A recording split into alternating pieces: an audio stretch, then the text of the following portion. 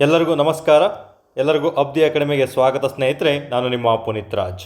ಇಂದಿನ ಒಂದು ಯೂಟ್ಯೂಬ್ನ ಒಂದು ಸ್ಪೆಷಲ್ ಕ್ಲಾಸ್ ತೊಗೊಂಡು ನಾನು current affairs, evergreen current ಅಫೇರ್ಸನ್ನು ತೊಗೊಳ್ತಾ ಬರ್ತಾ ಇದ್ದೀನಿ.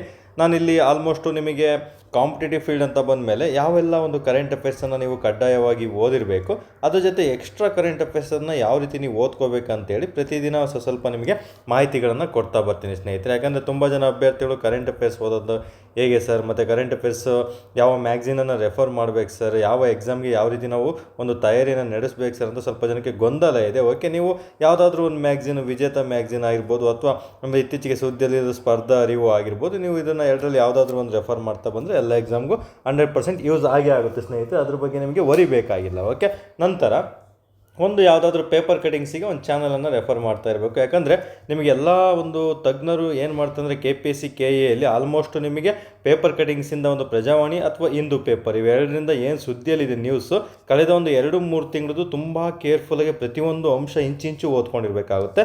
ಇನ್ನು ಮಿಕ್ಕಿದ್ದು 6 ತಿಂಗಳಿಂದ ಕರೆಂಟ್ ಅಫೇರ್ಸನ್ನು ಕರೆಕ್ಟಾಗಿ ಓದ್ಕೊಂಡಿರಬೇಕಾಗುತ್ತೆ. 6 ತಿಂಗಳು ಕರೆಂಟ್ ಅಫೇರ್ಸ್ ಎಕ್ಸಾಮ್ ಬಿಫೋರ್, ನಿಮಗೆ ಜೂನಲ್ಲಿ ಎಕ್ಸಾಮ್ ಇತ್ತಂದರೆ ಡಿಸೆಂಬರಿಂದ ಚೆನ್ನಾಗಿ ಓದಿರಲೇಬೇಕಾಗುತ್ತೆ. ಆ ರೀತಿ ಪ್ಲಾನ್ ಮಾಡ್ಕೊಳ್ಳಿ. ಬಿಫೋರ್ ಎಕ್ಸಾಮ್ 6 ತಿಂಗಳು ನೀವು ಓದಿರಲೇಬೇಕಾಗುತ್ತೆ. ಅದರಲ್ಲೂ 2-3 ಮಂತ್ಸ್ ಲಾಸ್ಟ್ ಅಂದರೆ ನಿಮಗೆ ಮಾರ್ಚ್, ಏಪ್ರಿಲ್, ಮೇ ತಿಂಗಳು ಕರೆಂಟ್ ಅಫೇರ್ಸ್ ಅಂತ ಸರಿಯಾಗಿ ಓದಿರಬೇಕು.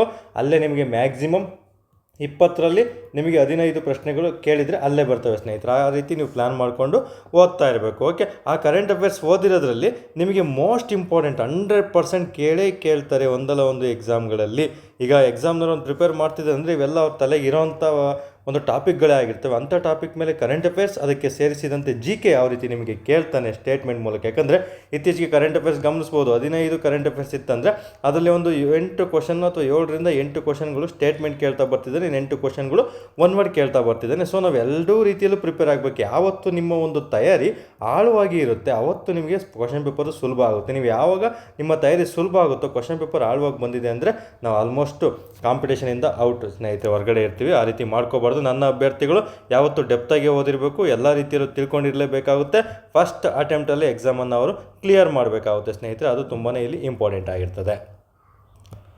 ಸೊ ನಿಮಗೆ ಹೇಳಿದ್ದೀನಿ, ನಾನು ಯಾವುದೇ ಕ್ಲಾಸಸನ್ನು ಮಾಡಿ ನಿಮಗೆ ಪರ್ಸ್ನಲಾಗಿ ಒಂದು ಬ್ಯಾಚ್ಗಳಾಗಿರ್ಬೋದು, ಮತ್ತು ಯೂಟ್ಯೂಬಲ್ಲಿ ಕ್ಲಾಸಸ್ ಆಗಿರ್ಬೋದು, ಟೆಲಿಗ್ರಾಮಲ್ಲಿ ಆಗಿರ್ಬೋದು, ಯಾವುದೂ 1% ಸಹ ನಾನು 1% ಅನ್ವಾಂಟೆಡ್ ಹಾಕೋದಿಲ್ಲ. ಎಲ್ಲ ನಿಮಗೆ ಎಕ್ಸಾಮ್ ಓರಿಯೆಂಟೆಡ್ ಏನು ಬೇಕು ಅದನ್ನಷ್ಟೇ. ಒಂದು ಕ್ವಿಝ್ ಆಗಿರ್ಬೋದು, ವೀಕ್ಲಿ ಟೆಸ್ಟ್ ಆಗಿರ್ಬೋದು, ಡೈಲಿ ಬೇಸಿಕ್ ಕ್ವಿಝ್ಗಳಾಗಿರ್ಬೋದು, ಮತ್ತು ಏನಾದರೂ ಕಂಟೆಂಟನ್ನು ನಾನು ಕ್ಲಿಯರ್ ಮಾಡಿ ಹಾಕಿದ್ದೆ ಗ್ರೂಪಲ್ಲಿ, ಅವೆಲ್ಲ ಇಂಪಾರ್ಟೆಂಟ್ ಆಗಿರುತ್ತೆ. ಒಂದಲ್ಲ ಒಂದು ಎಕ್ಸಾಮ್ಗಳಲ್ಲಿ ರಿಪೀಟ್ ಆಗೇ ಆಗ್ತವೆ ಸ್ನೇಹಿತರೆ. ಹಾಗಾಗಿ ದಯವಿಟ್ಟು ಹೇಳೋದನ್ನು ಕರೆಕ್ಟಾಗಿ ಫಾಲೋ ಮಾಡ್ಕೊಳ್ಳಿ. ನಿಮ್ಮ ತಯಾರಿ ಜೊತೆ ನನ್ನ ಒಂದು ಗೈಡ್ಲೈನ್ಸ್ ಇರಲಿ ಅಷ್ಟೇ. ಓಕೆ, ನಂದೇ ಎಲ್ಲ ಅಂತ ಹೇಳ್ತಾ ಇಲ್ಲ, ನಿಮ್ಮ ತಯಾರಿನೂ ಇರಬೇಕು. ಅದ್ರ ಜೊತೆ ನಾನು ಏನು ನಿಮ್ಗೆ ಗೈಡ್ಲೈನ್ಸ್ ಕೊಡ್ತಾ ಬರ್ತೀನಿ ಎಕ್ಸಾಮ್ ಓರಿಯೆಂಟೆಡ್, ಅದೆಲ್ಲ ನೀವು ಕವರ್ ಮಾಡಿರಬೇಕಾಗ್ತದೆ. ಓಕೆ, ಇವತ್ತಿನ ಟಾಪಿಕ್ ಬಂದು ನಮಗೆ G7 ಬಗ್ಗೆ ನೋಡ್ತಾ ಬರಬೇಕಾಗುತ್ತೆ. ನಿಮಗೆ ಎಕ್ಸಾಮಲ್ಲಿ ಆಲ್ಮೋಸ್ಟ್ G7 ಮತ್ತು G20 ಆಗಿರ್ಬೋದು, ಮತ್ತು ಬ್ರಿಕ್ಸ್ ಆಗಿರ್ಬೋದು, ಬಿಮ್ಸ್ಟೆಕ್ ಆಗಿರ್ಬೋದು, ಮತ್ತು ಬೇರೆ ಬೇರೆ ಇತರೆ ಸಂಸ್ಥೆಗಳು ಏನಿದೆ, ಇಂಟರ್ನ್ಯಾಷನಲ್ ಆರ್ಗನೈಸೇಷನ್ ಅಥವಾ ಅಂತಾರಾಷ್ಟ್ರೀಯ ಸಂಘಟನೆಗಳಾಗಿರ್ಬೋದು, ಮತ್ತು ನಿಮಗೆ ಸರ್ಕಾರಿ ಇಂಟರ್ ಗೌರ್ನಮೆಂಟಲ್ ಅಂತ ಆಪ್ಷನ್ ಎಲ್ಲ ಬರ್ತವೆ ನಿಮಗೆ.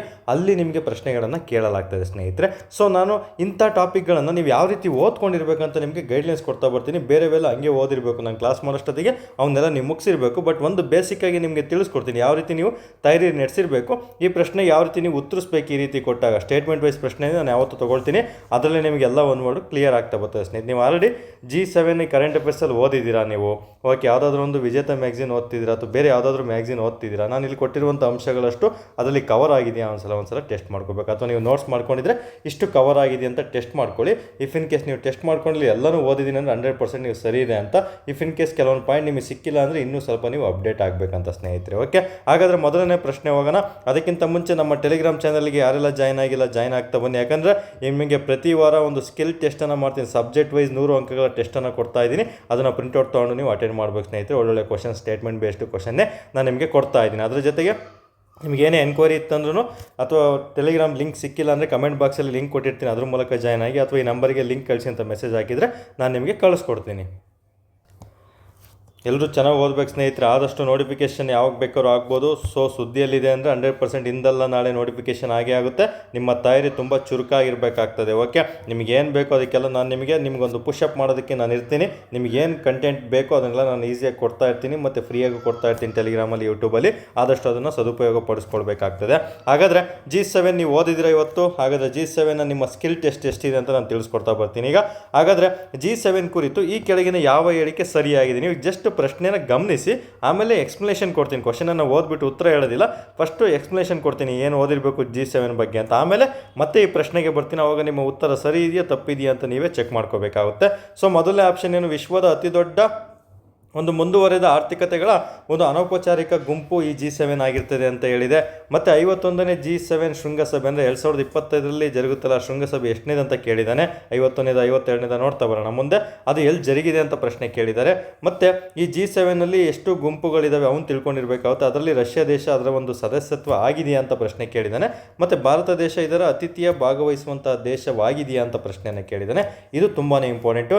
ಇಲ್ಲಿ ಜರುಗಿದ ಔಟ್ರೀಚ್ ಸೆಷನ್ ಕೇವಲ G7 ದೇಶಗಳು ಮಾತ್ರ ಭಾಗವಹಿಸಿದ್ದು. ಅಂದರೆ ಇಲ್ಲಿ ಔಟ್ರೀಚ್ ಸೆಷನ್ ಅಂತ ನಡೀತಾ ಬರ್ತದೆ ಸ್ನೇಹಿತರೆ G7ನಲ್ಲಿ. ಅದು ಆ ಸೆಷನಲ್ಲಿ ನಡೆಯುತ್ತಾ ಅಥವಾ ಇಲ್ವಾ, ಅಥವಾ ಔಟ್ರೀಚ್ ಸೆಷನ್ ಅಂದರೆ ಏನು ಅಂತ ಮಾಹಿತಿಯನ್ನು ನೀವು ತಿಳ್ಕೊಂಡಿರಲೇಬೇಕಾಗುತ್ತೆ. ಕೇಳಿದರೆ ಮ್ಯಾಕ್ಸಿಮಮ್ ಪ್ರಶ್ನೆ ನಿಮಗೆ ಇಲ್ಲೇ ಕೇಳ್ತಾ ಬರ್ತಾನೆ. ಹಾಗಾಗಿ ಸ್ವಲ್ಪ ಎಕ್ಸ್ಪ್ಲನೇಷನನ್ನು ಕೊಡ್ತಾ ಬರ್ತೀನಿ ಒಂದು 360 ಆ್ಯಂಗಲಲ್ಲಿ. ಸೊ ಇಷ್ಟು ಕರೆಂಟ್ ಅಫೇರ್ಸಲ್ಲಿ ನೀವು ಓದಲೇಬೇಕಾಗುತ್ತೆ, ಯಾಕಂದರೆ ತುಂಬಾ ಇಂಪಾರ್ಟೆಂಟ್ ಸ್ನೇಹಿತರೆ. ಕರೆಂಟ್ ಅಫೇರ್ಸ್ ಇತ್ತೀಚಿನ ದಿನಗಳಲ್ಲಿ ತುಂಬ ಮ್ಯಾಟ್ರ್ ಆಗ್ತಿದೆ. ಇಫ್ ಇನ್ ಕೇಸ್ ಕೇಳಿದರೆ ಕೇವಲ 2-4 ಕೇಳ್ಬೋದು, ಕೇಳಿದರೆ 6-8 ಕೇಳ್ಬೋದು, ಅಥವಾ 8-10 ಕೇಳ್ಬೋದು. ಮ್ಯಾಕ್ಸಿಮಮ್ ಇಷ್ಟೇ ಕೇಳ್ತಾ ಬರ್ತಾರೆ. ಇಫ್ ಇನ್ ಕೇಸ್ ಪೇಪರ್ ತುಂಬ ಟಫ್ ಮಾಡಬೇಕು, ಸ್ವಲ್ಪ ಕಾಂಪಿಟೇಷನ್ ಜಾಸ್ತಿ ಇದೆ ಅಂತ ಹೇಳ್ಬಿಟ್ಟು ಸ್ಕಿಲ್ ಟೆಸ್ಟ್ ಮಾಡಬೇಕಂತ ಕೊಟ್ಬಿಟ್ರೆ ಅವ್ರಿಗೆ ಒಂದು 20-25 ಕರೆಂಟ್ ಅಫೇರ್ಸ್ ಕೇಳುವಂಥ ಸಾಧ್ಯತೆಗಳು ಇರ್ತವೆ ಸ್ನೇಹಿತರೆ. ಸೊ ಹಾಗಾಗಿ ಎಲ್ಲ ಥರನೂ ಸಹ ನಾವು ಪ್ರಿಪೇರ್ ಆಗ್ತಾ ಹೋಗೋಣ. GK ಮತ್ತು ಕರೆಂಟ್ ಅಫೇರ್ಸ್ ಮೆಂಟಲಿಟಿ ಯಾವ ರೀತಿ ಓದ್ಕೋಬೇಕಂತಲೂ ಸಹ ನಾನು ನಿಮಗೆ ತಿಳಿಸ್ಕೊಡ್ತಾ ಬರ್ತೀನಿ. ಹಾಗಾಗಿ ಈಗ G7 ಬಗ್ಗೆ ಮಾಹಿತಿಯನ್ನು ಒಂದೊಂದಾಗಿ ನಾನು ನಿಮಗೆ ತಿಳಿಸ್ಕೊಡ್ತಾ ಬರ್ತೀನಿ. ತುಂಬ ಕೇರ್ಫುಲ್ಲಾಗಿ ಓದಿರಬೇಕು. ಯಾವುದೇ ಒಂದು ಇಂಟರ್ನ್ಯಾಷನಲ್ ಸಂಘಟನೆ ಅಥವಾ ಇಂಟರ್ ಗವರ್ನಮೆಂಟಲ್ ಅಂದರೆ ಅಂತರ್ ಸರ್ಕಾರಿ ಅಂತ ಕರಿತೀವಲ್ಲ, ಅಂಥ ಸಂಘಟನೆಗಳು ಸುದ್ದಿಯಲ್ಲಿದೆ ಅಂದರೆ ಅವುಗಳ ಬಗ್ಗೆ ನೀವು ಎಂಥ ಮಾಹಿತಿಗಳನ್ನು ಓದ್ಕೋಬೇಕಂತ ಹೇಳ್ಬಿಟ್ಟು ಇದೊಂದು ವಿಡಿಯೋದಲ್ಲಿ ನೀವು ಕಲ್ತು ಬಿಡಬೇಕು. ಮುಂದೆ ಯಾವತ್ತು ಎಲ್ಲೂ ನೀವು ಅದ್ರ ಬಗ್ಗೆ ಓದೋಕೆ ಹೋಗ್ಬಿಡಿ. ನೀವೇ ಓನಾಗೆ ನೋಟ್ಸ್ ಮಾಡೋಷ್ಟು ಕೆಪಾಸಿಟಿ ನೀವತ್ತು ಬೆಳೆಸ್ಕೋಬೇಕು ಸ್ನೇಹಿತರೆ. ಯಾವತ್ತು ಸ್ಪೂನ್ ಫೀಡಿಂಗಿಗೆ ಹೋಗಬಾರ್ದು. ನಾವು ಎಲ್ಲ ಥರ ಕಲ್ತ್ಕೊಂಡು ಅದನ್ನು ಸ್ವಲ್ಪ ಅಪ್ಡೇಟ್ ಮಾಡ್ಕೋಬೇಕು. ಅವಾಗ ಮಾತ್ರ ಈ ಒಂದು ಕಾಲದಲ್ಲಿ ನಮಗೆ ಕೆಲಸ ಸಿಗಲು ಸಾಧ್ಯ ಆಗ್ತದೆ ಸ್ನೇಹಿತರೆ. ಅದರ್ವೈಸ್ ಸ್ವಲ್ಪ ನಿಮಗೆ ಕೆಲಸ ಸಿಗೋದು ಕಷ್ಟ ಆಗ್ತದೆ, ಯಾಕಂದರೆ ಕಾಂಪಿಟೇಷನ್ ಜಾಸ್ತಿ ಇದೆ. ಓಕೆ, ಹಾಗಾದರೆ ಫಸ್ಟ್ ಈಗ 51ನೇ G7 ಶೃಂಗಸಭೆಯು ಕೆನಡಾದ ಒಂದು ಅಲ್ಬರ್ಟಾದ ಕನಾನಾಸ್ಕಿನ್ಸ್ ಸ್ಕಿಸ್ ಎಂಬ ಪ್ರದೇಶದಲ್ಲಿ ಇದು ಆಗ್ತದೆ ಅಂತ ಇಲ್ಲಿ ಪ್ರಶ್ನೆಯನ್ನು ಕೊಟ್ಟಿದ್ದಾರೆ ಸ್ನೇಹಿತರೆ. ಓಕೆ, ಸ್ಟೇಟ್ಮೆಂಟ್ ಆಗಿರ್ತದೆ. ಇದು ಎಲ್ಲಿ ಜೂನ್ 15 ಮತ್ತು 17, 2025ರವರೆಗೆ ಇದು ನಡೀತು. ಓಕೆ, ಹಾಗಾದರೆ 2025ರಲ್ಲಿ ಜರುಗಿದಂತಹ G7 ಶೃಂಗಸಭೆ ಎಷ್ಟನೇ ಶೃಂಗಸಭೆ ಅಂತ ಪ್ರಶ್ನೆ ಕೇಳ್ತಾನೆ ಒನ್ ವರ್ಡಲ್ಲಿ. ಇದು PC ಪ್ರಶ್ನೆ, ಅಂದರೆ KSP ಡಿಪಾರ್ಟ್ಮೆಂಟಲ್ಲಿ ಏನಾದರೂ ಪ್ರಶ್ನೆ ಕೇಳಿದರೆ ಒನ್ ವರ್ಡಲ್ಲಿ, ಅಥವಾ ಬೇರೆ ಡಿಪಾರ್ಟ್ಮೆಂಟಲ್ಲಿ ಒನ್ ವರ್ಡಲ್ಲಿ ಪ್ರಶ್ನೆ ಕೇಳಿದರೆ ಈ ರೀತಿ ಕೇಳ್ತಾನೆ, 2025ರಲ್ಲಿ ಜರುಗಿದಂತಹ ಶೃಂಗಸಭೆ ಎಷ್ಟನೇದು ಅಂತ. ಅದು 51ನೇ ಶೃಂಗಸಭೆ, ಅದು ನೆನಪಲ್ಲಿ ಇಟ್ಕೋಬೇಕಾಗುತ್ತೆ. ಇದು G7 ಶೃಂಗಸಭೆಯು ಕೆನಡಾದ ಅಲ್ಬರ್ಟಾದ ಒಂದು ಕನಾನಾಸ್ಕಿಸ್ ಎಂಬ ಸ್ಥಳದಲ್ಲಿ ಜರುಗುತ್ತಾ ಬಂತು ಸ್ನೇಹಿತರೆ. ಕೆಲವೊಮ್ಮೆ ದೇಶ ಕೊಡ್ತಾನೆ ಅಷ್ಟೇ, ಕೆನಡಾ, ಜರ್ಮನಿ, ಜಪಾನ್ ಅಂತ ಕೊಡ್ತಾನೆ. Canada answer. ಸ್ಪೆಸಿಫಿಕ್ಕಾಗಿ ಇಂಥ ಸ್ಥಳದಲ್ಲಿ ಜರುಗಿತು ಅಂತ ಹೇಳ್ಬಿಟ್ಟು ಸ್ಟೇಟ್ಮೆಂಟ್ ಕೊಟ್ಟಾಗ ನೀವು ಇದನ್ನು ನೆನಪಲ್ಲಿ ಇಟ್ಕೊಂಡಿರಲೇಬೇಕಾಗುತ್ತೆ. ಮೋಸ್ಟ್ ಇಂಪಾರ್ಟೆಂಟ್ ಆಗಿರ್ತದೆ. ಇನ್ನು ಕೆನಡಾ ದೇಶವು ನಿಮಗೆ ಈಗ ಇಂಡೈರೆಕ್ಟಾಗಿ ಇಲ್ಲೇ ಪ್ರಶ್ನೆ ಕೇಳ್ತಾನೆ, ಯಾವ ದೇಶ G7 ಶೃಂಗಸಭೆ 2025ರಲ್ಲಿ ಆಯೋಜಿಸಿತು ಅಂತ ಪ್ರಶ್ನೆ ಕೇಳ್ತಾನೆ. ಸೊ ಕೆನಡಾ ದೇಶ ಅಂತ ನಿಮಗೆ ಗೊತ್ತಾಯಿತು. ಹಾಗಾದರೆ ಕೆನಡಾ ದೇಶದ ಬಗ್ಗೆ ಸ್ವಲ್ಪ ನೀವು ಮಾಹಿತಿಯನ್ನು ತಿಳ್ಕೊಳ್ತಾ ಬರಬೇಕಾಗ್ತದೆ. ಯಾಕೆಂದರೆ ನಿಮಗೆ ಪ್ರಶ್ನೆಗಳು ಅಲ್ಲೇ ಕೇಳೋದು, ಯಾಕಂದರೆ ಎಲ್ಲ ಜರುಗಿತ್ತಂತ ಎಲ್ರಿಗೂ ಗೊತ್ತಿರುತ್ತೆ. ಅದ್ರ ಬಗ್ಗೆ ವಿಶೇಷತೆಗಳನ್ನ ತೆಗಿತಾ ಬರ್ತಾರೆ. ಆಳ್ವಾಗಿ ಓದಿದ್ರಲ್ಲ ಅಂತ ಹೇಳ್ಬಿಟ್ಟು ನಿಮ್ಮ ಒಂದು ನಾಲೆಡ್ಜನ್ನು ಟೆಸ್ಟ್ ಮಾಡ್ತಾ ಬರ್ತಾರೆ ಸ್ನೇಹಿತರೆ. ಸೊ ಇಲ್ಲಿ ಕೆನಡಾ ದೇಶ ಅಧ್ಯಕ್ಷತೆ ವಹಿಸ್ಕೊಳ್ತಾ ಅಂತ ಹೇಳಿದ್ವಿ. ಈ ಕೆನಡಾ ದೇಶ ಯಾಕಂದರೆ G7 ಶೃಂಗಸಭೆ ಪ್ರತಿ ವರ್ಷಕ್ಕೊಮ್ಮೆ, ನೋಡಿ ಇಲ್ಲಿ ಕೊಟ್ಟಿದ್ದೀನಿ, ಒಂದು ವರ್ಷಕ್ಕೊಮ್ಮೆ ಜರುಗುತ್ತೆ. ಈಗ 2025ರಲ್ಲಿ ನಮಗೆ ಒಂದು ಕೆನಡಾದಲ್ಲಿ ಜರುಗಿತ್ತು ಅಂದರೆ 2026ರಲ್ಲಿ ಎಲ್ಲಿ ಜರುಗುತ್ತೆ ಅಂತ ಪ್ರಶ್ನೆ ಕೇಳ್ತಾನೆ. ಫ್ರಾನ್ಸ್ ದೇಶದಲ್ಲಿ ಜರುಗ್ತಾ ಬರ್ತದೆ ಸ್ನೇಹಿತರೆ. ಇದೇ ರೀತಿ ಪ್ರತಿ ವರ್ಷವೂ ಒಂದೊಂದು ಕಡೆ ಈ ಒಂದು ಸಭೆ ಜರುಗ್ತಾ ಬರ್ತದೆ. ಅದನ್ನು ನೆನ್ಪಿಟ್ಕೋಬೇಕು. ಇದು ಸ್ಟೇಟ್ಮೆಂಟ್ ಇಂಪಾರ್ಟೆಂಟು. G7 ಶೃಂಗಸಭೆಯು ಪ್ರತಿ 1 ವರ್ಷಕ್ಕೊಮ್ಮೆ ಜರುಗುತ್ತೆ, ಪ್ರತಿ 2 ವರ್ಷಕ್ಕೊಮ್ಮೆ ಜರುಗುತ್ತೆ ಅಂತ ಸ್ಟೇಟ್ಮೆಂಟಲ್ಲಿ ಒಂದು ಹಾಕಿರ್ತಾನೆ. ಹಾಗಾಗಿ ಇದನ್ನು ಸಹ ಇಂಪಾರ್ಟೆಂಟು, ತುಂಬ ಕೇರ್ಫುಲ್ಲಾಗಿ ನೆನ್ಪಿಟ್ಕೋಬೇಕಾಗ್ತದೆ ನೀವು. ಓಕೆ, ಹಾಗಾದರೆ ನೆಕ್ಸ್ಟ್ ಇಲ್ಲಿ ನೋಡಿ ಕೆನಡಾ ದೇಶ ಆಯ್ತು. ಈಗ ನನಗೆ G7 ಅಂದರೆ ಏನು? G7 ಅಂದರೆ ಎಲ್ರಿಗೂ ಸಹ ಗೊತ್ತಿರುತ್ತೆ, ಗ್ರೂಪ್ ಆಫ್ 7 ಅಂತ, ಅಂದರೆ 7 ದೇಶಗಳನ್ನು ಒಳಗೊಂಡಿರುವಂತಹ ಒಂದು ಗುಂಪಾಗಿರ್ತದೆ ಸ್ನೇಹಿತರೆ. 7 ದೇಶಗಳನ್ನು ಒಳಗೊಂಡಿರುವಂತಹ ಒಂದು ಗುಂಪಿಗೆ ನಾವು G7 ಗ್ರೂಪ್ ಆಫ್ 7 ಅಂತ ನಾವು ಇಂಗ್ಲೀಷಲ್ಲಿ ಕರಿತಾ ಬರ್ತೀವಿ ಸ್ನೇಹಿತರೆ. ಹಾಗಾಗಿ ಈ G7 7 ದೇಶಗಳು ಪ್ರತಿ ವರ್ಷವೂ ಒಂದೊಂದು ದೇಶದಲ್ಲಿ ಸಭೆ ಜರುಗ್ತಾ ಬರ್ತದೆ. ಹಾಗಾಗಿ ಇದು ಸ್ಥಾಪನೆ ಆಗಿದ್ದು ನಮಗೆ 1975ರಲ್ಲಿ ಸ್ಥಾಪನೆ ಆಗಿರ್ತದೆ ಸ್ನೇಹಿತರೆ. ಅವಾಗಿಂದನೂ ಒಂದು ವರ್ಷಕ್ಕೊಮ್ಮೆ ಅದು ಸಭೆ ಜರುಗುತ್ತಾ ಬಂದಿದೆ. ಅಷ್ಟರಲ್ಲಿ 1975ರಿಂದ ಸ್ಟಿಲ್ ನಮಗೆ ಈಗ 2025ವರೆಗೂ ಕೆನಡಾದಲ್ಲಿ ಒಟ್ಟು 7 ಬಾರಿ ಸಭೆ ಜರುಗಿದೆ. ತುಂಬಾ ಇಂಪಾರ್ಟೆಂಟ್ ಆಗಿರುವಂಥದ್ದು, ನೆನಪಿಟ್ಕೊಳ್ಳಿ. ಎಕ್ಸಾಮಲ್ಲಿ ಸ್ಟೇಟ್ಮೆಂಟ್ ಕೇಳಿದ್ರೆ ಇಲ್ಲೇ ಕೇಳ್ತಾನೆ, ಕೆನಡಾ ಅಂತ ಫಸ್ಟ್ ಆಪ್ಷನ್ ಇದಿರ್ತದೆ. ಎರಡನೇದು ಕೆನಡಾದಲ್ಲಿ ಆಲ್ಮೋಸ್ಟ್ ಕೆನಡಾ ದೇಶ 7ನೇ ಬಾರಿಗೆ ಅಧ್ಯಕ್ಷತೆಯನ್ನು ವಹಿಸ್ಕೊಳ್ತಾ ಇದೆ ಸ್ನೇಹಿತರೆ.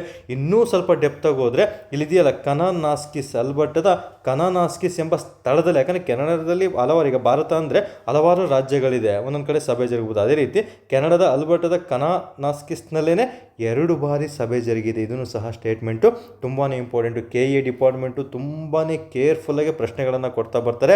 ಒಂದು ಸ್ಟೇಟ್ಮೆಂಟ್ ಯಾವುದಾದ್ರೂ ನೀವು ಎಲಿಮಿನೇಟ್ ಮಾಡಿಬಿಟ್ಟಿದ್ದೀರಾ ಅಂದರೆ 100% ಆಪ್ಷನ್ ಸರಿ ಇರುತ್ತೆ. ಏನಾದರೂ ತಪ್ಪಿದೆ ಅಂತ ನಿಮಗೆ ಗೊತ್ತಾಗ್ಬಿಟ್ಟು ಅಂದರೆ ಎಲ್ಲದರಲ್ಲಿ ಎ ಇರುತ್ತೆ, ಒಂದರಲ್ಲಿ ಮಾತ್ರ ಎ ಇರಲ್ಲ, ಅದು ಉತ್ತರ ಸರಿಯಾಗಿಬಿಡುತ್ತೆ. ಈ ರೀತಿ ನೀವು ಆಪ್ಷನ್ಗಳನ್ನು ಎಲಿಮಿನೇಟ್ ಮಾಡೋಷ್ಟು ಮೆಥಡ್ ಕಲ್ತ್ಕೊಂಡ್ಬಿಟ್ರಿ. ಈಗ UPSC ಪ್ಯಾಟ್ರನ್, KPSC ಪ್ಯಾಟ್ರನ್ ಎಲ್ಲ ಹಾಗೆ ಓದೋದು. ಹಾಗಾಗಿ UPSC KPSCಗೆ ಚೆನ್ನಾಗಿ ಓದೋರು PSI PC ಎಕ್ಸಾಮ್ಗಳು, FD ಎಕ್ಸಾಮ್ಗಳನ್ನು ಈಸಿಯಾಗಿ ಕ್ಲಿಯರ್ ಮಾಡ್ತಾ ಬರ್ತಾರೆ ಸ್ನೇಹಿತರೆ. ನಿಮ್ಮ ಮೆಂಟಾಲಿಟಿನೂ ಸಹ ಅಷ್ಟೇ UPSC KPSC ರೇಂಜಿಗೆ ಇಟ್ಕೊಳ್ಳಿ. ಖಂಡಿತ ನಿಮಗೆ PCನೂ ಆಗ್ತೀರಾ, PSIನೂ ಆಗ್ತೀರಾ, FD ಏನೂ ಆಗ್ತೀರಾ, SD ಏನೂ ಆಗ್ತೀರಾ, ನಂತರ ವಿಲೇಜ್ ಅಕೌಂಟೆಂಟನ್ನು ಸಹ ಆಗ್ತೀರಾ. ಓಕೆ, ಅದಕ್ಕೆಲ್ಲ ನಾನು ನಿಮಗೆ ಗೈಡ್ಲೈನ್ಸನ್ನು ಕೊಡ್ತಾ ಬರ್ತೀನಿ.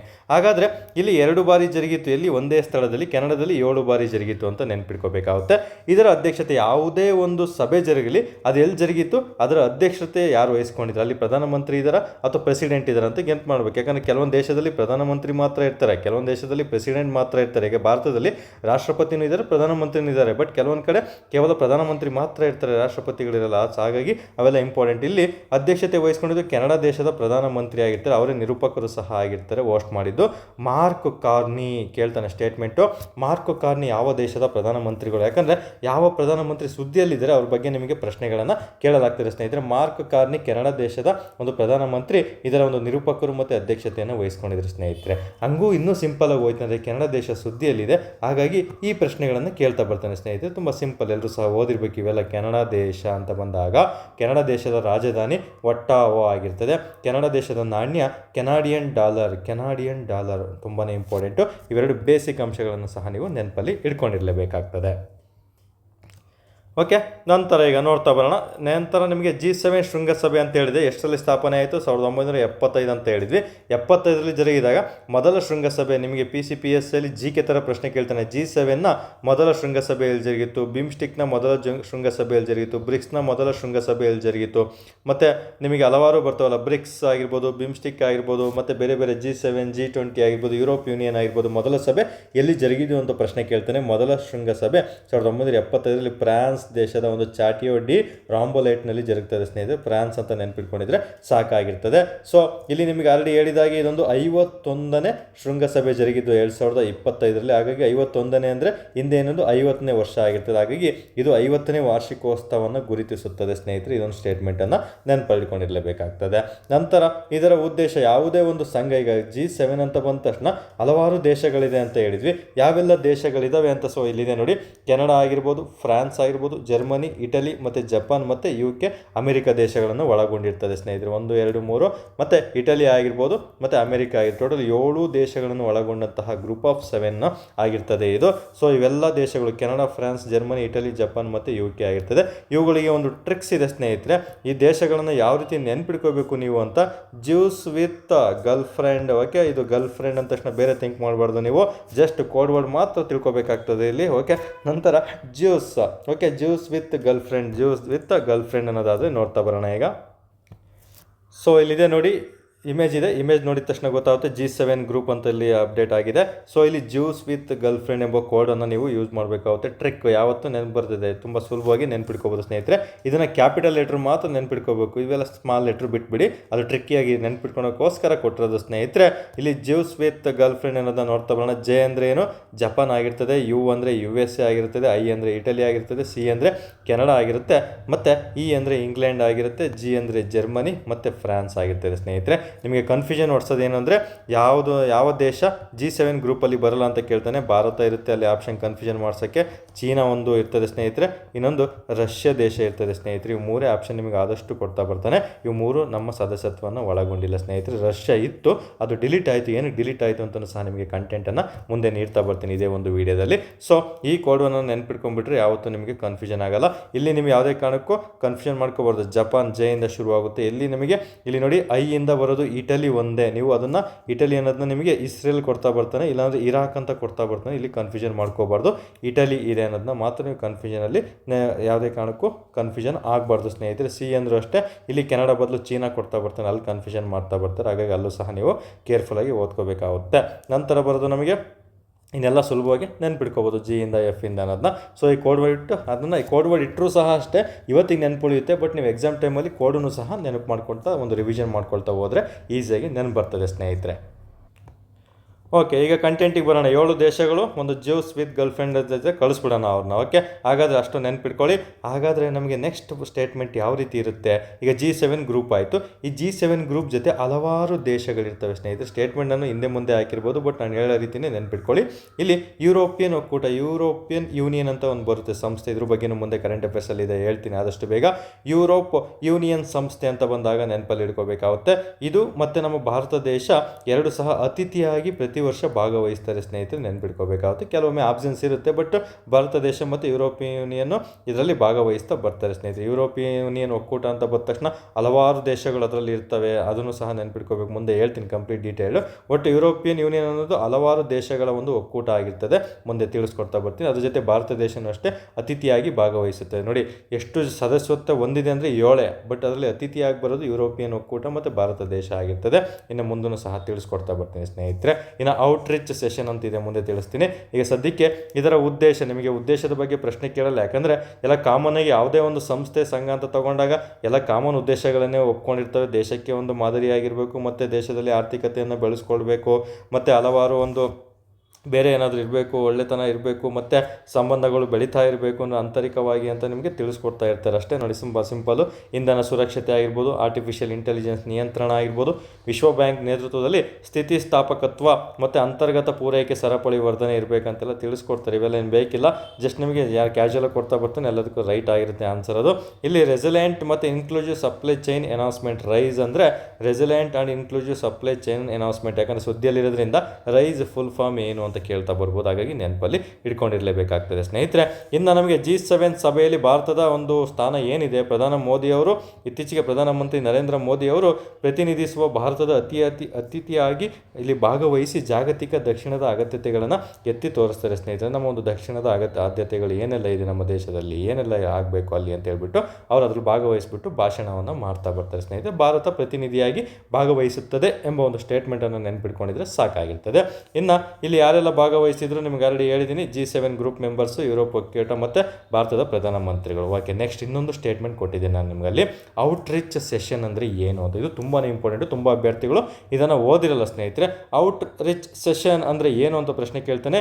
ಇದೂ ಅಷ್ಟೇ G7ನಲ್ಲಿ ಕಂಡುಬರುವಂಥ ಅಂಶ. ಎಕ್ಸಾಮಲ್ಲಿ ಕೇಳ್ಬೋದು, ಔಟ್ರೀಚ್ ಸೆಷನ್ ಈ ಕೆಳಗಿನ ಯಾವ ಸಂಘಟನೆಗೆ ಸಂಬಂಧಿಸಿದೆ ಅಂತ. G20 ಮತ್ತು G7 ಆಗಿರ್ಬೋದು, ಮತ್ತು G8 ಗ್ರೂಪ್ ಆಗಿರ್ಬೋದು, ಅಥವಾ G4 ಗ್ರೂಪ್ ಆಗಿರ್ಬೋದು, ಅಥವಾ ಯುರೋಪ್ ಯೂನಿಯನ್, ಈ ಥರ ಆಪ್ಷನನ್ನು ಕೊಡ್ತಾ ಬರ್ತಾನೆ. G7ಗೆ ಸಂಬಂಧಪಟ್ಟಿದ್ದು ಅಂದರೆ ಇಲ್ಲಿ ಯಾವುದು G7 ಕಂಟ್ರೀಸ್ ಅಲ್ಲ, ಅಂಥ ಒಂದು ದೇಶಗಳು ಭಾಗವಹಿಸ್ತಾರಲ್ಲ ಅಂಥವರಿಗೆ ನಾವು ಔಟ್ರೀಚ್ ಸೆಷನ್ ಅಂತ ಮಾಡ್ತಾ ಬರ್ತಾರೆ ಸ್ನೇಹಿತರೆ. ಅಲ್ಲಿ ದೇಶಗಳು ಭಾಗವಹಿಸ್ತವೆ. ಇತ್ತೀಚೆಗೆ ಔಟ್ರೀಚ್ ಸೆಷನಲ್ಲಿ 2025ರಲ್ಲಿ ಭಾಗವಹಿಸಿದ 3 ದೇಶಗಳು ಇಂಡಿಯಾ, ಆಸ್ಟ್ರೇಲಿಯಾ ಮತ್ತು ಉಕ್ರೇನ್ ದೇಶಗಳು ಇತ್ತೀಚೆಗೆ ಔಟ್ರೀಚ್ ಸೆಷನ್ G7 ಗ್ರೂಪಲ್ಲಿ ಭಾಗವಹಿಸಿದೆ ಅನ್ನೋದು ನೆನ್ಪಿಟ್ಕೋಬೇಕಂದ್ರೆ ನಾನ್ G7 ಕಂಟ್ರೀಸ್, G7 ಅಲ್ಲದ, G7 ಸದಸ್ಯತ್ವವನ್ನು ಹೊಂದಿಲ್ಲದ ಒಂದು ಕಂಟ್ರಿಗಳಿಗೆ, ದೇಶಗಳಿಗೆ ಔಟ್ರೀಚ್ ಸೆಷನ್ ಅಂತ ಕರಿತೀವಿ. ಅವ್ರು ಭಾಗವಹಿಸಿರ್ತಾರಲ್ಲ ಅವರಿಗೆ ಈ ಸ್ಟೇಟ್ಮೆಂಟ್ ಎಂದು ಕೇಳುವಂಥ ಚಾನ್ಸಸ್ ಇರುತ್ತೆ, ಹಾಗಾಗಿ ನೆನ್ಪಿಟ್ಕೊಳ್ಳಿ ಸ್ನೇಹಿತರೆ. ನಂತರ ಕೆನಡಾದಲ್ಲಿ ಜರುಗಿದೆ ಈಗ ಸಭೆ. ಹಾಗಾದರೆ ಕೆನಡಾ ಭಾರತದ ಸಂಬಂಧಗಳು ಯಾವ ರೀತಿ ಇದೆ, ಏನೆಲ್ಲ ಸಭೆಯನ್ನು ಜರುಗಿದ್ವು ಅಂತ ಕೇಳ್ತಾನೆ. ವ್ಯಾಪಾರ ಮತ್ತು ಭಯೋತ್ಪಾದನಾ ವಿರೋಧ ಸಹಕಾರವನ್ನು ಬಲಪಡಿಸುವುದರ ಬಗ್ಗೆ ಇಲ್ಲಿ ಚರ್ಚೆ ನಡೆದಿದೆ ಸ್ನೇಹಿತರೆ, ಹಾಗಾಗಿ ಇದನ್ನು ಸಹ ಸ್ಟೇಟ್ಮೆಂಟ್ ಇಂಪಾರ್ಟೆಂಟು, ನೆನ್ಪಿಟ್ಕೊಳ್ಳಿ. ಯಾವುದೇ ಸ್ಟೇಟ್ಮೆಂಟ್ ಕೊಟ್ಟರು ತುಂಬ ಪಾಸಿಟಿವ್ ಸ್ಟೇಟ್ಮೆಂಟ್ ಇತ್ತಂದರೆ ಇಂಥ ಸಂಘಟನೆಗಳಲ್ಲಿ ಅದು ಸರಿಯಾಗಿರ್ತದೆ ಸ್ನೇಹಿತರೆ, ನೆನಪಲ್ಲಿರಬೇಕು. ನಂತರ ಬರೋದು ನಮಗೆ ಇಲ್ಲಿದೆ ನೋಡಿ. ನೆಕ್ಸ್ಟ್ ಕೇಳ್ತಾನೆ, ಈ ಸಭೆ ಜರುಗುತ್ತಲ್ಲ ನಮಗೆ ಕಾನಾನಸ್ಕಿಸ್ ಅಂತ ಎಂಬ ಸ್ಥಳದಲ್ಲಿ, ಒಂದು ಕೆನಡಾದ ಅಲ್ಬರ್ಟಾದಲ್ಲಿರುವಂತಹ ಕಾನಾನಸ್ಕಿಸ್ ಎಂಬ ಸ್ಥಳದಲ್ಲಿ ಸಭೆ ಜರುಗುತ್ತಲ್ಲ, ಇಲ್ಲಿ ಕರೀತಾರೆ ನೋಡಿ ನಮಗೆ ಕಾನಾನಸ್ಕಿಸ್ ವೈಲ್ಡ್ ಫೈರ್ ಚಾರ್ಟರ್. ಹಿಂಗೆ ನಿಮಗೆ ಡೈರೆಕ್ಟ್ ಪ್ರಶ್ನೆ ಕೇಳ್ತಾನೆ ಒಂದೇ ವರ್ಡಲ್ಲಿ, ಕಾನಾನಸ್ಕಿಸ್ ವೈಲ್ಡ್ ಫೈರ್ ಚಾರ್ಟರ್ ಈ ಕೆಳಗಿನ ಯಾವ ಸಂಘಟನೆಗೆ ಸಂಬಂಧಿಸಿದೆ ಅಂತ. ಇದನ್ನು ಅಷ್ಟೇ option G7, G20, Europe union ಆಗಿರ್ಬೋದು, ಬಿಮ್ಸ್ಟಿಕ್, ಈ ಥರ ಆಪ್ಷನನ್ನು ಕೊಡ್ತಾ ಬರ್ತಾನೆ. ಈ ಒಂದು ಚಾರ್ಟರ್ ನಮಗೆ G7ಗೆ ಸಂಬಂಧಪಟ್ಟಿರೋದು ಸ್ನೇಹಿತರೆ. ನೋಡಿ, ಓದಬೇಕಾದ್ರೆ ಸುಮ್ಮನೆ ಓದೋದಲ್ಲ, ಈ ರೀತಿ ಕ್ವಶನ್ ಮಾಡಿಕೊಂಡು ಯಾವ ರೀತಿ ಕ್ವಶನ್ ಕೇಳ್ತಾರೆ ಅಂತ ತಿಳ್ಕೊಂಡು ಓದಿದ್ದೆ ಆದಲ್ಲಿ ನಿಮಗೆ ಎಲ್ಲ ಎಕ್ಸಾಮಲ್ಲೂ ಆದಷ್ಟು ಸಕ್ಸಸ್ಸನ್ನು ಕಾಣ್ತಾ ಬರ್ತೀರಾ ಸ್ನೇಹಿತರೆ. ಅದೇ ರೀತಿ ನಾನು ಆಲ್ಮೋಸ್ಟ್ ಹೇಳಿದಾಗೆ ಎಲ್ಲ ಒಂದು ನಮಗೆ ಪೇಯ್ಡ್ ಗ್ರೂಪ್ ಆಗಿರ್ಬೋದು, ಟೆಲಿಗ್ರಾಮಲ್ಲಿ ಆಗಿರ್ಬೋದು, ಯೂಟ್ಯೂಬಲ್ಲಿ ಆಗಿರ್ಬೋದು, ನಾನು ನಿಮಗೆ ತಿಳಿಸ್ಕೊಡೋದೇ 3 ಅಂಶಗಳನ್ನು. ಯಾವ ರೀತಿ ಪ್ರಶ್ನೆ ಕೇಳ್ತಾನೆ, ಯಾವ ರೀತಿ ನೀವು ಓದ್ಕೊಂಡಿರ್ಬೇಕು, ಅದನ್ನು ತಿಳ್ಕೊಳ್ಳಿ, 100% ನಿಮಗೆ ಜಾಬ್ ಆಗಿ ಆಗ್ತದೆ. ಸೊ ಇಲ್ಲಿ ನಮಗೆ ಕಾನಾನಸ್ಕಿಸ್ ಎಂಬ ವೈಟ್ ಫೈರ್ ಚಾರ್ಟರ್ G7 ಶೃಂಗಸಭೆಗೆ ಸಂಬಂಧಪಟ್ಟಿದೆ. ಇಲ್ಲಿ ನಮಗೆ ಚರ್ಚೆಗಳು ಇಸ್ರೇಲ್ ಮತ್ತು ಇರಾನ್ ಸಂಘರ್ಷದ ಬಗ್ಗೆ ಮಾತಾಡ್ತಾ ಬಂದಿದ್ದಾರೆ, ಮತ್ತು ಆರ್ಟಿಫಿಷಿಯಲ್ ಇಂಟೆಲಿಜೆನ್ಸ್ ತಂತ್ರಜ್ಞಾನದ ಬಗ್ಗೆ ಇದು ಒಳಗೊಂಡಿದೆ ಸ್ನೇಹಿತರೆ. ಯಾವುದು ಕಾನಾನಸ್ಕಿಸ್ ವೈಟ್ ಫೈರ್ ಚಾರ್ಟರ್ ಈ ಕೆಳಗಿನ ಯಾವುದಕ್ಕೆ ಸಂಬಂಧಿಸಿದೆ ಅಂತ ಕೇಳ್ತಾನೆ. G7 ಗ್ರೂಪಿಗೆ ಸಂಬಂಧಪಟ್ಟಿದೆ. ಮತ್ತು ಎರಡನೇ ಸ್ಟೇಟ್ಮೆಂಟು, ಇದು ಇಸ್ರೇಲ್ ಮತ್ತು ಇರಾನ್ ಸಂಘರ್ಷದ ಬಗ್ಗೆ ಮತ್ತು ಆರ್ಟಿಫಿಷಿಯಲ್ ಇಂಟೆಲಿಜೆನ್ಸ್ ಬಗ್ಗೆ ಚರ್ಚೆ ನಡೆಸಲಾಗಿದೆ. ಈ ರೀತಿ ಎಲ್ಲ ಕೊಡ್ತಾ ಬರ್ತಾನೆ. ಇದಕ್ಕೆ ಸರಿ ಉತ್ತರ ಇದೂ ಆಗಿರ್ತದೆ ಸ್ನೇಹಿತರೆ. ನಂತರ ಇತರೆ ಅಂಶಗಳನ್ನು ನೀವು ತಿಳ್ಕೊಳ್ತಾ ಬರಬೇಕಾಗುತ್ತೆ. ಇತರೆ ಅಂಶಗಳಂದರೆ ಏನು ಅಂದರೆ, ಇದು ನಮಗೆ ಸಬ್ಜೆಕ್ಟ್ ವೈಸ್ ನಿಮಗೆ G K subject, static G K ಆಗಿರ್ಬೋದು, ಅಥವಾ ನಿಮಗೆ ಎಕನಾಮಿಕ್ಸಲ್ಲಿ ಒಂದು ಟಾಪಿಕ್ ಬರುತ್ತೆ ಇಂಟರ್ನ್ಯಾಷನಲ್ ಆರ್ಗನೈಸೇಷನ್ ಅಂತ, ಅಲ್ಲಿ ಇದನ್ನು ಓದಿರ್ತೀರ ಸ್ನೇಹಿತರೆ. ಅಲ್ಲಿ ಮಾಹಿತಿಗಳನ್ನು ನೀವು ತಿಳ್ಕೊಂಡಿರಲೇಬೇಕಾಗುತ್ತೆ. G7 ಎಂಬುದು ವಿಶ್ವದ ಒಂದು ಪ್ರಮುಖ ಮುಂದುವರೆದ ಆರ್ಥಿಕತೆಗಳ ಒಂದು ಅನೌಪಚಾರಿಕ ಗುಂಪಾಗಿರ್ತದೆ ಸ್ನೇಹಿತರೆ. ಇಲ್ಲಿ ಗಮನಿಸಬೇಕು, ಇಲ್ಲಿ ಮುಂದುವರೆದ ಎಂಬ ಪದವನ್ನು ನೀವು ಕಂಪಲ್ಸರಿ ಗಮನಿಸಬೇಕಾಗುತ್ತೆ. ಎಕ್ಸಾಮಲ್ಲಿ ಮುಂದುವರಿಯುತ್ತಿರುವುದ ಅಥವಾ ಮುಂದುವರಿಯಲಾಗದ ಅಂತ ದೇಶಗಳಂತ ಕೊಡ್ತಾ ಬರ್ತಾನೆ. ಆಲ್ರೆಡಿ ಡೆವಲಪ್ ಆಗಿರುವಂತಹ ದೇಶಗಳ ಒಂದು ಗುಂಪಿಗೆ ನಾವು G7 ಗುಂಪು ಅಂತ ಕರಿತೀವಿ. G7 ಗುಂಪು ಆಲ್ರೆಡಿ ಒಂದು ಶ್ರೀಮಂತ ದೇಶಗಳ ಗುಂಪಾಗಿರ್ತದೆ, ಅಥವಾ ಮುಂದುವರೆದಿರುವುದು ಆರ್ಥಿಕತೆಯಲ್ಲಿ ಅಂಥ ಗುಂಪುಗಳಿಗೆ ನಾವು G7 ಗುಂಪುಗಳು ಅಂತ ನಾವು ಕರಿತಾ ಬರ್ತೀವಿ ಸ್ನೇಹಿತರೆ. ಇನ್ನು ವಾರ್ಷಿಕ ಜಾಗತಿಕ ಆರ್ಥಿಕತೆ ಬಗ್ಗೆ, ಹವಾಮಾನ ಬದಲಾವಣೆ ಬಗ್ಗೆ ಇವೆಲ್ಲ ಮಾಡ್ತಾವನ್ನೋದನ್ನ ವಾರ್ಷಿಕವಾಗಿ ಸಭೆ ಜರುಗುತ್ತೆ ಪ್ರತಿ ವರ್ಷಕ್ಕೂ ಅನ್ನೋದನ್ನ ನೆನ್ಪಿಟ್ಕೊಂಡಿದ್ರೆ ಸಾಕಾಗ್ತದೆ ಸ್ನೇಹಿತರೆ. ಇನ್ನು ಸ್ಥಾಪನೆ ಆಗಿದ್ದು 1975ರಲ್ಲಿ. ಮತ್ತು ಇದರ ಕೇಂದ್ರ ಕಚೇರಿ, ಯಾಕಂದರೆ ಕೆಲವೊಂದಕ್ಕೆ ಕೇಂದ್ರ ಕಚೇರಿಗಳು ಇರ್ತವೆ, ಕೆಲವೊಂದಕ್ಕೆ ಕೇಂದ್ರ ಕಚೇರಿ ಇರಲ್ಲ. ಈ G7ಗೆ ಯಾವುದೇ ಥರ ಶಾಶ್ವತವಾಗಿ ಕೇಂದ್ರ ಕಚೇರಿ ಆಗಿರ್ಬೋದು ಅಥವಾ ಒಂದು ಕಾರ್ಯದರ್ಶಿ, ಒಂದು ಸಚಿವಾಲಯ ಎಲ್ಲೂ ಇಲ್ಲ ಸ್ನೇಹಿತರೆ. ಹಾಗಾಗಿ ನೆನ್ಪಿಟ್ಕೊಂಡಿರ್ಬೇಕಾಗುತ್ತೆ. ಇದನ್ನು ಸಹ ಇಂಪಾರ್ಟೆಂಟ್ ಆಗಿರ್ತದೆ. ನಂತರ 1975ರಲ್ಲಿ ಫ್ರಾನ್ಸ್ನಲ್ಲಿ ಇದು ಸಭೆಯನ್ನು ಜರುಗುತ್ತಾ ಬರ್ತದೆ. 1975ರಲ್ಲಿ ಇದು ಸ್ಥಾಪನೆ ಆದಾಗ, ಸ್ಟೇಟ್ಮೆಂಟ್ ತುಂಬಾ ಇಂಪಾರ್ಟೆಂಟ್, ಇದನ್ನು ಸಹ ಸ್ಟೇಟ್ಮೆಂಟ್ ಕೇಳ್ತಾನೆ. 1975ರಲ್ಲಿ G7 ಅಥವಾ G ಗ್ರೂಪ್ ಸ್ಟಾರ್ಟ್ ಆದಾಗ ಮೊದಲು G6 ಎಂದು ಹೆಸರಿತ್ತು. G6 ಕೇವಲ 6 ದೇಶಗಳು ಮಾತ್ರ ಇದ್ವು. ಯಾವೆಲ್ಲ ದೇಶಗಳಿದೆ ನೋಡಿ, France, Germany, Italy, Japan, UK ಮತ್ತು US ಇದ್ವು ಸ್ನೇಹಿತರೆ. ನಂತರ ನೋಡಿ, ಇತ್ತೀಚೆಗೆ ಜರುಗಿದೆಯಲ್ಲ ಕೆನಡಾ, ಅದು ಸೇರ್ಪಡೆ ಆಗಿದ್ದು 1976ರಲ್ಲಿ. ಹಾಗಾಗಿ ಇದ್ರ ಬಗ್ಗೆ ಕರೆಂಟ್ ಅಫೇರ್ಸ್ ಏನಾದರೂ ಕೇಳಿದರೆ, ಕೆನಡಾವು G7 ಗ್ರೂಪಿಗೆ 1976ರಲ್ಲಿ ಸೇರ್ಪಡೆ ಆಗಿತ್ತು ಅಂತ ಒಂದು ಸ್ಟೇಟ್ಮೆಂಟನ್ನು ಖಂಡಿತ ಆಗ್ತಾ ಬರ್ತಾರೆ. ಹಾಗಾಗಿ ನೆನ್ಪಿಟ್ಕೊಳ್ಳಿ, ಕೆನಡಾ 1976ರಲ್ಲಿ ಸೇರ್ಪಡೆ ಆಗುತ್ತೆ. ಅದಕ್ಕೆ G7, ಮೊದಲು G6 ಅಂತಿತ್ತು, ಆಮೇಲೆ G7 1976ರಲ್ಲಿ ಆಯಿತು. ನಂತರ ಒಂದು ದೇಶ 1998ರಲ್ಲಿ ಸೇರ್ಪಡೆ ಆಗುತ್ತೆ, ಅದು G8. ಇದನ್ನು ವರ್ಷಗಳೇನು ನೆನ್ಪಿಟ್ಕೋಬೇಡಿ, ಇದನ್ನು ನೆನ್ಪಿಟ್ಕೊಳ್ಳಿ ಯಾವುದು, ಯಾಕಂದರೆ ಕೆನಡಾದಲ್ಲಿ ಜರುಗಿದೆ. ಹಾಗಾಗಿ ಇದು ರಷ್ಯಾ ದೇಶ ಸೇರ್ಪಡೆ ಆಗಿತ್ತು ಅನ್ನೋದನ್ನ ಕಾನ್ಸೆಪ್ಟನ್ನು ತಿಳ್ಕೊಂಡಿದ್ರೆ ಸಾಕಾಗುತ್ತೆ. ಹಾಗಾಗಿ ಈ G8 ಆಗುತ್ತೆ ಸ್ನೇಹಿತರೆ. ತದನಂತರ 2014ರಲ್ಲಿ ಒಂದು ದಂಗೆ ಆಗುತ್ತೆ, ಲೈಕ್ ಅವರಿಗೆ ಒಂದು ಡಿಸ್ಪ್ಯೂಟ್ ಆಗುತ್ತೆ, ಒಂದು ವಿವಾದ ಅಂತ ಹೆಂಗೆ ಕರಿತೀವಿ ಅದಾಗ್ತಾ ಬರ್ತದೆ. ರಷ್ಯಾದ ಒಂದು ಒಕ್ಕೂಟವು ಕ್ರೈಮಿಯಾವನ್ನು ಸ್ವಾಧೀನಪಡಿಸಿಕೊಂಡ ನಂತರ ರಷ್ಯಾವನ್ನು ಒಂದು ಸ್ಥಳವನ್ನು, ಕ್ರೈಮಿಯಾ ಎಂಬ ಸ್ಥಳವನ್ನು ಇದು ಸ್ವಾಧೀನಪಡಿಸ್ಕೊಳ್ತಾರೆ ರಷ್ಯಾದವರು. ಹಾಗಾಗಿ ಯಾಕಂದರೆ ಒಂದು ಗ್ರೂಪ್ ಮಾಡ್ಕೊಂಡಿದ್ದಾರೆ ಅಂದರೆ ಎಲ್ಲರ ಮಾತು ಮೇಲೂ ಅದನ್ನು ಸ್ಟ್ಯಾಂಡ್ ಆಗಿರಬೇಕು ಸ್ನೇಹಿತರೆ. ಅಲ್ಲಿ ಯಾವುದೇ ಥರ ಒಬ್ಬರು ಇನ್ ಬಿಟ್ವೀನಲ್ಲಿ ಅವರಿಗೆ ವಿವಾದಗಳು ಉಂಟಾದರೆ, ಮನಸ್ತಾಪಗಳು ಬಂದಾಗ ಅವ್ರು ಆಟೋಮೆಟಿಕ್ ಆ ಗ್ರೂಪಿಂದ ಎಕ್ಸಿಟ್ ಆಗ್ತಾ ಬರ್ತಾರೆ, ಅಥವಾ ಅದೆಲ್ಲ ತಪ್ಪು ಅನಿಸಿದರೆ ಗ್ರೂಪೇ ಅವ್ರನ್ನ ಎಕ್ಸಿಟ್ ಮಾಡ್ತಾ ಬರ್ತಾರೆ. ಅಂಥ ಸಂದರ್ಭದಲ್ಲಿ ಈ ಕ್ರೈಮಿಯಾವನ್ನು ಸ್ವಾಧೀನಿಸಿಕೊಂಡಂತಹ ರಷ್ಯಾ ದೇಶವು G8 ಗ್ರೂಪಿಂದ ಹೊರಗಡೆ ಬಂದು ನಂತರ ಅದು ಮತ್ತೆ G7 ಆಗಿ ಬರ್ತದೆ ಸ್ನೇಹಿತರೆ. ಹಾಗಾಗಿ ಈಗ ಪ್ರೆಸೆಂಟ್ G7 ಅಂತ ಅದಕ್ಕೆ ಹೆಸರನ್ನು ನೀಡಲಾಗಿದೆ, ನೆನ್ಪಿಟ್ಕೋಬೇಕಾಗ್ತದೆ. ಸೊ ಇದು ಸ್ಟೇಟ್ಮೆಂಟ್ಗಳು ಎಕ್ಸಾಮ್ ದೃಷ್ಟಿಯಿಂದ ತುಂಬಾ ಇಂಪಾರ್ಟೆಂಟ್ ಆಗಿರ್ತದೆ. ಸ್ಟೇಟ್ಮೆಂಟ್ ಯಾವ ರೀತಿ ಬೇಕಾದರೂ ಅವ್ರು ನಿಮಗೆ ಕೇಳ್ತಾ ಬರ್ತಾನೆ ಸ್ನೇಹಿತರೆ. ಸೊ ಇಷ್ಟು ಮಾಹಿತಿಯನ್ನು ನೀವು ತಿಳ್ಕೊಂಡಿರಲೇಬೇಕಾಗುತ್ತೆ. ಇದಕ್ಕಿಂತ ಮೀರಿ ನೆಕ್ಸ್ಟ್ ಪ್ರಶ್ನೆಗಳು ಕರೆಂಟ್ ಅಫೇರ್ಸಲ್ಲಿ ಏನು ಕೇಳ್ತಾನೆ. ಈಗ ನಮಗೆ G7 ನಮಗೆ 2025ರಲ್ಲಿ ಎಲ್ಲಿ ಜರುಗಿತ್ತು, ಈಗ ನಿಮಗೆ ಗೊತ್ತು ಕೆನಡಾದಲ್ಲಿ ಜರುಗಿತ್ತು ಅಂತ ಎಲ್ಲರೂ ಸಹ ಓದಿದ್ವಿ. ಅದೇ ಥರ ನಮಗೆ ಮ್ಯಾಚ್ ದಿ ಫಾಲೋಯಿಂಗ್ ರೂಪದಲ್ಲಿ 2026ರಲ್ಲಿ ಎಲ್ಲಿ ಜರುಗಿತು, 2027ರಲ್ಲಿ ಎಲ್ಲಿ ಜರುಗಿತು, 2028ರಲ್ಲಿ ಎಲ್ಲಿ ಜರುಗಿತು ಅಂತ ಪ್ರಶ್ನೆ ಕೇಳ್ತಾ ಬರ್ತಾನೆ. 2025ರಲ್ಲಿ ಕೆನಡಾದಲ್ಲಿ ಜರುಗುತ್ತಾ ಬಂದರೆ 2020ರಲ್ಲಿ ಫ್ರಾನ್ಸ್ ದೇಶದಲ್ಲಿ ಜರುಗುತ್ತೆ. ಒಂದೊಂದು ವರ್ಷದಲ್ಲಿ ಒಂದೊಂದು ಸಲ ಜರುಗುತ್ತಾ ಬರ್ತದೆ ಸ್ನೇಹಿತರೆ. ಇವಾಗ ಕೆನಡಾದಲ್ಲಿ ಫ್ರಾನ್ಸಲ್ಲಿ ಜರುಗಿತ್ತು. ಫ್ರಾನ್ಸ್ ಆದಮೇಲೆ ನಮಗೆ ಅಮೆರಿಕ ದೇಶದಲ್ಲಿ ಜರುಗ್ತಾ ಬರ್ತದೆ, ಯುನೈಟೆಡ್ ಸ್ಟೇಟ್ಸು. ನಂತರ 2028ರಲ್ಲಿ ಇಂಗ್ಲೆಂಡ್, ಏನು ಯುನೈಟೆಡ್ ಕಿಂಗ್ಡಮ್ ಅಂತ ಕರಿತೀವಿ, ಇಂಗ್ಲೆಂಡ್ನಲ್ಲಿ ಜರುಗ್ತಾ ಬರ್ತದೆ ಸ್ನೇಹಿತರೆ. So Canada, France, US, UK. ನಿಮ್ಮ ಡೈರೆಕ್ಟ್ ಮ್ಯಾಚ್ ದಿ ಫಾಲೋಯಿಂಗ್ ಕೇಳ್ತಾನೆ. ಈ ಕೆಳಗಿನವುಗಳನ್ನು ಹೊಂದಿಸಿ ಬರೆಯಿರಿ. Column A, column B. ಈ ಕಡೆ ವರ್ಷಗಳನ್ನು ಕೊಟ್ಬಿಟ್ಟು, ಈ ಕಡೆ ಆ ದೇಶಗಳನ್ನು ಕೊಟ್ಬಿಟ್ಟು ಮ್ಯಾಚ್ ದಿ ಫಾಲೋಯಿಂಗ್ ಮಾಡಿ G7 ಮುಂದಿನ ಸಭೆಗಳನ್ನು ಅಂತ ನಿಮಗೆ ಪ್ರಶ್ನೆಗಳನ್ನು ಕೇಳ್ತಾ ಬರ್ತಾನೆ ಸ್ನೇಹಿತರೆ. ಸೊ ಈ ರೀತಿ ನೀವು ಕರೆಂಟ್ ಅಫೇರ್ಸ್ G7 ಅಂತ ಬಂದಾಗ ಮಾಹಿತಿಗಳನ್ನು ಇಷ್ಟು ಓದಿದ್ದೆ ಆದರೆ ಅಥವಾ ಇದಕ್ಕಿಂತ ಜಾಸ್ತಿ ಓದಿದ್ರೆ ತುಂಬ ಖುಷಿನೇ. ಬಟ್ ಕಡ್ಡಾಯವಾಗಿ ಎಕ್ಸಾಮ್ಗೆ ಇಷ್ಟನ್ನು ಇತ್ತೀಚಿನ ಎಕ್ಸಾಮ್ಗೆ ಮುಂಚೆ ನಮಗೆ PC exam, PS exam, KSP ನಡೆಸೋದ್ರಿಂದ ಜಸ್ಟ್ G7 ಶೃಂಗಸಭೆ ಎಲ್ಲಿ ಜರುಗಿತು, ಆ ದೇಶ ಯಾವುದು, ಆ ದೇಶದ ರಾಜಧಾನಿ ಯಾವುದು ಅಂತ ಒಂದು ವರ್ಡಲ್ಲೇ ಕೇಳ್ತಾ ಬರ್ತಿದ್ರು, ಅಥವಾ ಆ ದೇಶದ ಪ್ರಧಾನಮಂತ್ರಿಯನ್ನು ಕೇಳ್ತಾ ಬರ್ತಿದ್ರು, ಅಥವಾ ಡೈರೆಕ್ಟ್ ನಿಮಗೆ ಈಗ ಹೇಳಿದ್ರೆ ಕಾನ್ಸ್ಕೆಸ್ ವೈಟ್ ಫೈರ್ ಚಾರ್ಟರ್ ಅಂತ ಮತ್ತು ಔಟ್ರೀಚ್ ಸೆಷನ್ ಅಂತ ಹೇಳಿದ್ನಲ್ಲ, ಒಂದು ವರ್ಡಲ್ಲೇ ಡೈರೆಕ್ಟ್ ಪ್ರಶ್ನೆ ಕೇಳೋಣ. ಬಟ್ ಈಗ ಹೇಳೋದ್ರಲ್ಲಿ ಯಾವ ರೀತಿ ಬೇಕಾದ್ರೂ ಸ್ಟೇಟ್ಮೆಂಟ್ ವೈಸು ಪ್ರಶ್ನೆ ಕೇಳ್ಬೋದು, ಮತ್ತು ಒಂದು ವರ್ಡ್ ಈಗಲೂ ಕೇಳಲ್ಲ ಅಂತಲ್ಲ, ಕೇಳಿದ್ರು ಕೇಳ್ಬೋದು. ಬಟ್ ನಾವು ಎರಡು ರೀತಿಯಲ್ಲೂ ಪ್ರಿಪೇರ್ ಆಗಿದ್ದಲ್ಲಿ ನಿಮಗೆ ಉತ್ತರಗಳು ಹುಡ್ಕೋದು ತುಂಬ ಸುಲಭ ಆಗ್ತದೆ ಸ್ನೇಹಿತರೆ. ಹಾಗಾಗಿ ಈಗ ಪ್ರಶ್ನೆಯನ್ನು ನೋಡ್ತಾ ಬರೋಣ. ತುಂಬ ಸುಲಭವಾಗಿ ನೀವೇ ವಿಡಿಯೋವನ್ನು ಪಾಸ್ ಮಾಡಿ, ಕಂಟೆಂಟನ್ನು ಹೇಳಿದ್ದೀನಿ, ಒಂದ್ಸಲ ಪಾಸ್ ಮಾಡಿ ಥಿಂಕ್ ಮಾಡಿ ಇದಕ್ಕೆ ಯಾವುದು ಉತ್ತರ ಆಗಿರ್ಬೋದು ಅಂತ ನೀವೇ ಥಿಂಕ್ ಮಾಡ್ತಾ ಬನ್ನಿ. ಸೊ ವಿಡಿಯೋವನ್ನು ಪಾಸ್ ಮಾಡಿಕೊಂಡು ಥಿಂಕ್ ಮಾಡ್ಕೊಳ್ಳಿ ಸ್ನೇಹಿತರೆ. ನಾನು ಸಹ ನಿಮಗೆ ಉತ್ತರವನ್ನು ಈಗ ತಿಳಿಸ್ಕೊಡ್ತಾ ಬರ್ತೀನಿ. ಮತ್ತೊಮ್ಮೆ ಈಗ ಕ್ವಶನನ್ನು ಓದ್ತಾ ಬರೋಣ. ಸೊ ಇಲ್ಲಿ ಕ್ವಶನ್ ಏನು, ಇದು ವಿಶ್ವದ ಅತಿ ದೊಡ್ಡ ಮುಂದುವರೆದ ಆರ್ಥಿಕತೆಗಳ ಒಂದು ಅನೌಪಚಾರಿಕ ಗುಂಪಾಗಿದೆ. ಹಾಗಾದರೆ ಇಲ್ಲಿ ಈ ಸ್ಟೇಟ್ಮೆಂಟನ್ನು ಗಮನಿಸಬೇಕು. ಮುಂದುವರೆದ ಅಂತ ಕೊಟ್ಟಿದ್ದಾನ, ಅಥವಾ ಮುಂದುವರಿಯದ, ಅಥವಾ ಮುಂದುವರಿಯುತ್ತಿರುವ ಅಂತ ಕೊಟ್ಟಿದ್ದಾನೆ ಅಂತ ಗೆಸ್ ಮಾಡಬೇಕು. ಸೊ ಡೆವಲಪ್ಡ್ ಕಂಟ್ರೀಸ್ ಆಲ್ರೆಡಿ ಹೇಳಿದ್ದೀನಿ, ಮುಂದುವರೆದ ಕಂಟ್ರಿ ಸರಿಯಾಗಿದೆ, ನೆನ್ಪಿಟ್ಕೊಳ್ಳಿ. ಮೋಸ್ಟ್ ಇಂಪಾರ್ಟೆಂಟ್ ಸ್ಟೇಟ್ಮೆಂಟು, ಈ ಸ್ಟೇಟ್ಮೆಂಟ್ ಸರಿಯಾಗಿದೆ ಸ್ನೇಹಿತರೆ. ಇನ್ನು 51ನೇ G7 ಶೃಂಗಸಭೆಯು ಕೆನಡಾದ ಅಲ್ಬರ್ಟಾದ ಕನಾನಾಸ್ಕಿಸ್ ಎಂಬ ಸ್ಥಳದಲ್ಲಿ ಜರುಗಿತು. ಎಸ್ ಹೇಳಿದ್ದೀನಿ ನಿಮಗೆ ಇದ್ರ ಬಗ್ಗೆ ಕಂಪ್ಲೀಟ್. ಕೆನಡಾದಲ್ಲೇ ಜರುಗಿತು. ಈ ಸ್ಥಳದಲ್ಲಿ ಜರುಗಿತು. ಕೆನಡಾದಲ್ಲಿ 7 ಬಾರಿ, ಈ ಸ್ಥಳದಲ್ಲಿ 2 ಬಾರಿ ಜರುಗಿದೆ ಅಂತ ನೆನ್ಪಿಟ್ಕೋಬೇಕು. ತುಂಬಾ ಇಂಪಾರ್ಟೆಂಟು. ಹಾಗಾದರೆ ರಷ್ಯಾ ದೇಶವು ಇದರ ಕಾಯಂ ಸದಸ್ಯ ರಾಷ್ಟ್ರವಾಗಿದೆ. ಸೊ ಈ ಸ್ಟೇಟ್ಮೆಂಟಲ್ಲೂ ಸ್ವಲ್ಪ ಗೊಂದಲ ಸೃಷ್ಟಿಯಾಗುತ್ತೆ ಇಫ್ ಇನ್ ಕೇಸ್ ನೀವು ಓದಿ ಕನ್ಫ್ಯೂಷನ್ ಆಗಿದ್ದರೆ. ಸೊ ಇದು ಮುಂಚೆ ನಮಗೇನು 1998ರಲ್ಲಿ ಸೇರ್ಪಡೆ ಆಯಿತು. ಬಟ್ 2014ರಲ್ಲಿ ಇದು ಮತ್ತೆ ರಷ್ಯಾ ದೇಶದ ಮೇಲೆ ಏನು ಹೇಳಿದ್ನಲ್ಲ, ಒಂದು ಕ್ರೈಮಿಯಾ ಎಂಬ ಸ್ಥಳವನ್ನು ಸ್ವಾಧೀನಪಡಿಸಿಕೊಂಡಿದ್ದ, ಇದನ್ನು ಎಕ್ಸಿಟ್ ಮಾಡೋದಾಯಿತು ಸ್ನೇಹಿತರೆ.